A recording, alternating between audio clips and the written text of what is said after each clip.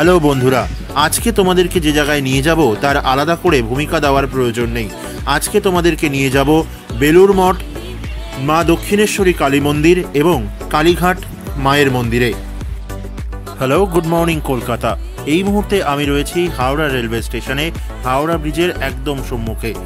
আজকে local train করে আজকে যাব বেলুড় রেলওয়ে স্টেশন, সেখান থেকে যাব বেলুড় মঠ। বেলুড় মঠ থেকে সরাসরি কভার করব দক্ষিণেশ্বর কালী মায়ের মন্দির, যেটা একটু আগেই আপনাদেরকে বললাম।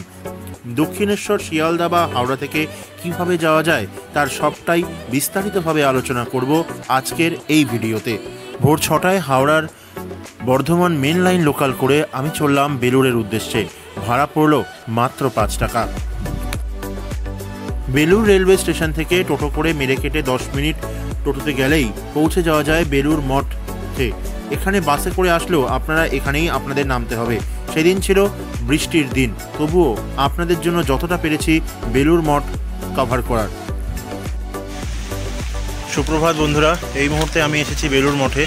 বেলুড় মঠে আমি হাওড়া স্টেশন থেকে লোকাল ট্রেন ধরে বেলুড়ে নেমেছি এবং সেখান থেকে টোটো ধরে 15 টাকা ভাড়া দিয়ে আমি পৌঁছেছি এই মুহূর্তে বেলুড় মঠ। এছাড়াও তোমরা হাওড়া থেকে সরাসরি বাসে বেলুড় মঠে আসতে পারো, কোনো সমস্যা নেই। শিয়ালদা থেকেও কিন্তু তোমরা সরাসরি বেলুড় মঠে আসতে পারো। তোমাদের ধরতে হবে তাহলে শিয়ালদা থেকে ডানকুনি লোকাল। ডানকুনি লোকাল থেকে দক্ষিণেশ্বরে নামতে পারো, তাহলে দক্ষিণেশ্বরে নামলে তোমরা সেখান থেকে টোটো করেও আসতে পারবে, আবার হুগলি নদী পার করে লঞ্চে করে পার করেও আসতে পারবে। তবে গঙ্গার যদি ফিল অনুভব করতে হয় তাহলে আমি বলবো অবশ্যই লঞ্চে করে আসো, তাতে আসার অনুভূতিটা তোমাদের আরও ভালো লাগবে। পৌঁছে গিয়েছি বেলুড় মঠের মেন গেটে। এই মেন গেটের ডান পাশেই রয়েছে বিনামূল্যে জুতো রাখার জায়গা। বন্ধুরা, ভিডিওর সঙ্গে থাকুন, কারণ এই ভিডিওতেই আজকে বেলুড় মঠ, দক্ষিণেশ্বর এবং কালীঘাটের মন্দির একসাথে কভার করব। ওই সময় কলকাতার রিমেলের প্রভাব ছিল, তাই কলকাতায় এই বৃষ্টি হচ্ছিল। এই বৃষ্টির জন্য কিন্তু বেলুড় মঠে পর্যটকের সংখ্যা কিন্তু খুব একটা নেহাত কম নয়। কেন এই বেলুড় মঠ এত বিখ্যাত?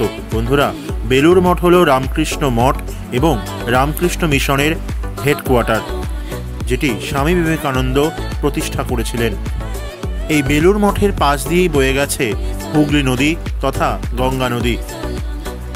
এই গঙ্গা নদীর সাথে স্বামী বিবেকানন্দ এবং রামকৃষ্ণ পরমহংসদেবের অনেক ইতিহাস জড়িয়ে রয়েছে। গঙ্গার ধারেই বেলুড় মঠের সীমানার মধ্যেই অসংখ্য ছোট ছোট মন্দির রয়েছে, যেখানে কোথাও স্বামী বিবেকানন্দের বিভিন্ন শিষ্য বা তো কোথাও মা শারদার পুজো করা হয়।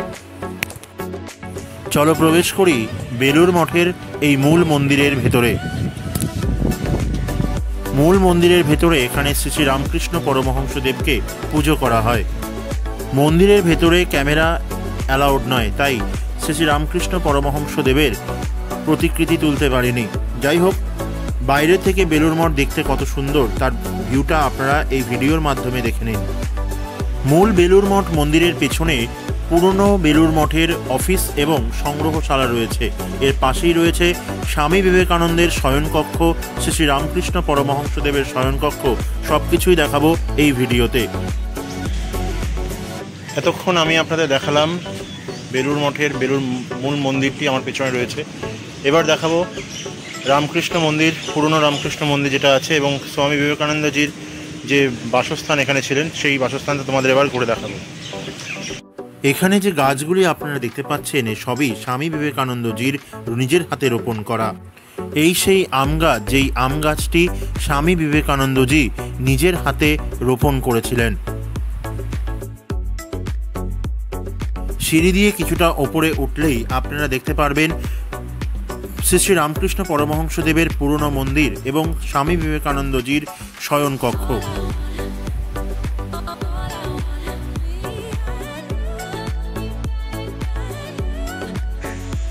আমার পেছনে রয়েছে স্বামী বিবেকানন্দজির আবাসস্থল, যেখানে তিনি ছিলেন। চলুন ঘুরে দেখি সেই আবাসস্থলটি এখন কী অবস্থায় সংরক্ষিত রয়েছে।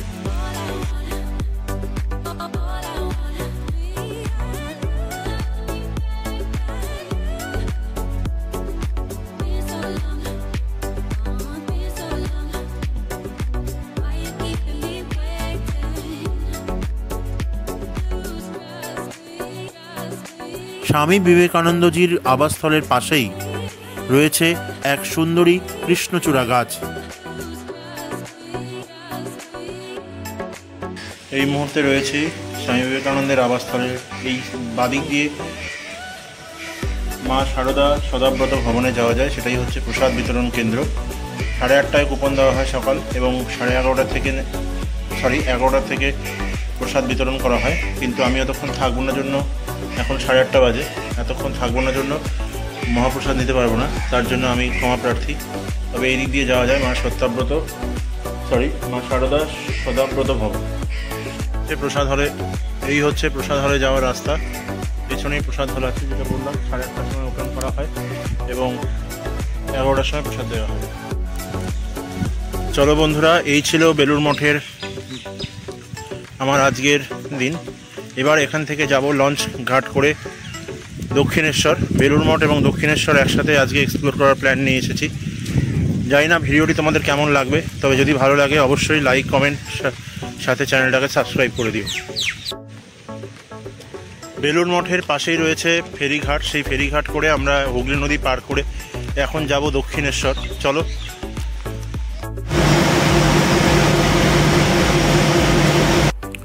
লঞ্চে উঠে পড়লাম। 11 টাকা দিয়ে টিকিট কেটে 11 কিলোমিটার নদীপথ অতিক্রম করে পৌঁছে যাওয়া যায় মা দক্ষিণেশ্বর কালী মন্দিরে।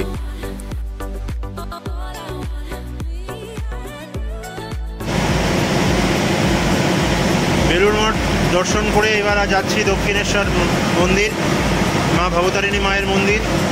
ফেরিঘাট করে ভাড়া নিল 11 টাকা করে। যাই হোক, কলকাতার এই হুগলি নদী সকালবেলা বৃষ্টির মধ্যে বৃষ্টি ভেজা, দারুণ লাগছে, জাস্ট অসাধারণ।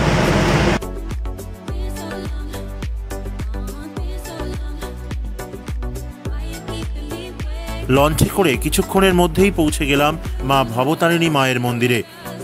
কথিত আছে রানী রাসমণি স্বপ্নাদেশ পেয়ে গঙ্গা নদীর তীরে এই ভবতারিণী মায়ের মন্দিরটি তিনি তৈরি করেছিলেন।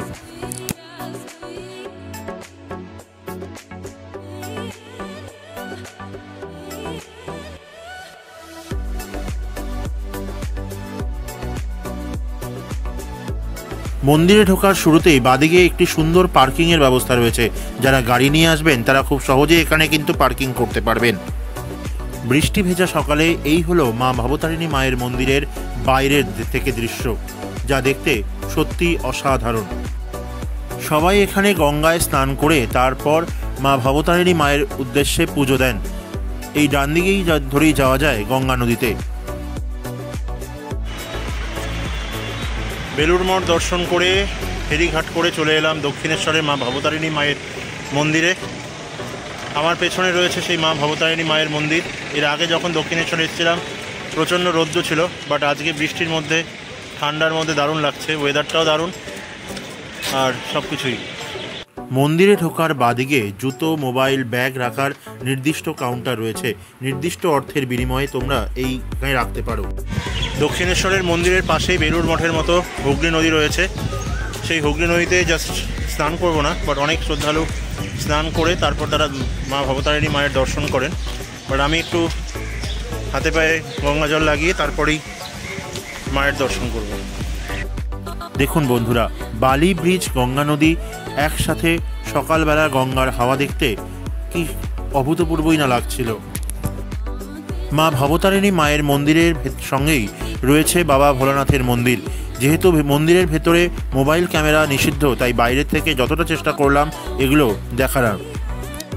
আমার পেছনে যে মন্দিরগুলো দেখতে পাচ্ছেন এগুলো হচ্ছে ভগবান শ্রী ভোলেনাথের মন্দির।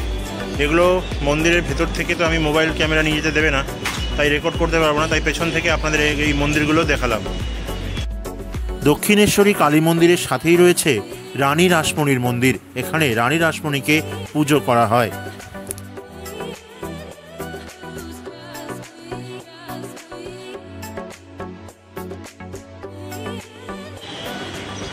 দক্ষিণেশ্বর মন্দির খোলার সময়সূচি বলে দিচ্ছি আপনাদের। সকাল 7টা থেকে দুপুর 1টা পর্যন্ত মন্দির খোলা থাকে, আবার বিকেল 4টে থেকে মন্দির খোলা থাকে। 1টা থেকে 4টে পর্যন্ত মন্দির কিন্তু বন্ধ থাকে। সেই সময় আসলে কিন্তু মাকে দর্শন করতে পারবেন না। আর একটা কথা, ভোগের যে টাইম, ভোগের কুপনটা আছে সকাল 9টার থেকে এখানে ভোগের কুপন দেওয়া শুরু হয় এবং ভোগ বিতরণ করা হয় দুপুর 1টার সময়। ভোগের কুপন হচ্ছে 100 টাকা জনপ্রতি। দক্ষিণেশ্বর আমি এসেছি বেলুড় মঠ হয়ে লঞ্চঘাট পার করে, কিন্তু আপনারা হাওড়া বা শিয়ালদা থেকে বাস ধরে ডাইরেক্টলি দক্ষিণেশ্বর আসতে পারেন।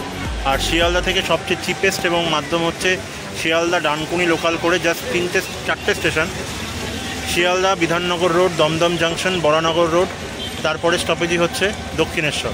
দক্ষিণেশ্বর থেকে স্কাইওয়াকের মাধ্যমে, যে পেছনে স্কাইওয়াক রয়েছে, ডাইরেক্টলি এন্ট্রি করতে পারবেন দক্ষিণেশ্বর মন্দিরে। দক্ষিণেশ্বরে মায়ের দর্শন করে এসে এবার আসলাম কালীঘাটে।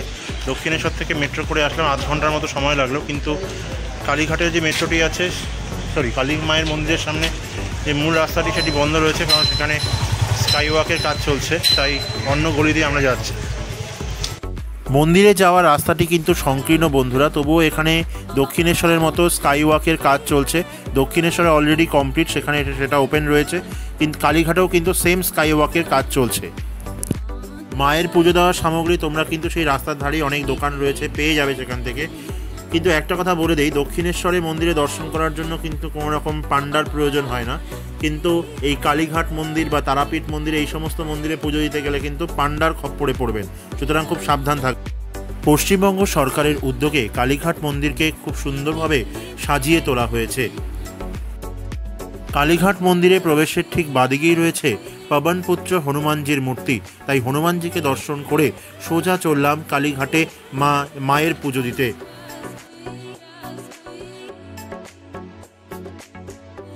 আমি আগেও বলেছি এই ভিডিওতে, আবারও বলছি, কালীঘাট মন্দিরে পান্ডাদের খপ্পরে পড়বেন না, নিজেই খুব সহজেই পুজো দিতে পারবেন। এই মন্দিরটি হলো কালীঘাটের মায়ের মূল মন্দির। এই মন্দিরের ভেতরেই বিরাজ করছেন মা তারা রূপে। চলুন দর্শন করে আসি মা তারাকে এবং প্রার্থনা করি এই জগতের সবাই যেন সুন্দর এবং সুস্থভাবে বেঁচে থাকে। দুপুর 1টার মধ্যে আমার বেলুড় মঠ, দক্ষিণেশ্বরী কালী মন্দির এবং কালীঘাট মায়ের মন্দির দর্শন করা হয়ে গেল। তোমাদের এই ভিডিও কেমন লাগলো অবশ্যই জানাবে কমেন্ট সেকশনে। জয় মা কালী এবং হর হর মহাদেব বলে এই ভিডিওটি আজকে এখানেই সমাপ্ত করছি। পরের ভিডিওর জন্য অপেক্ষা করুন, ততক্ষণ সুস্থ থাকুন।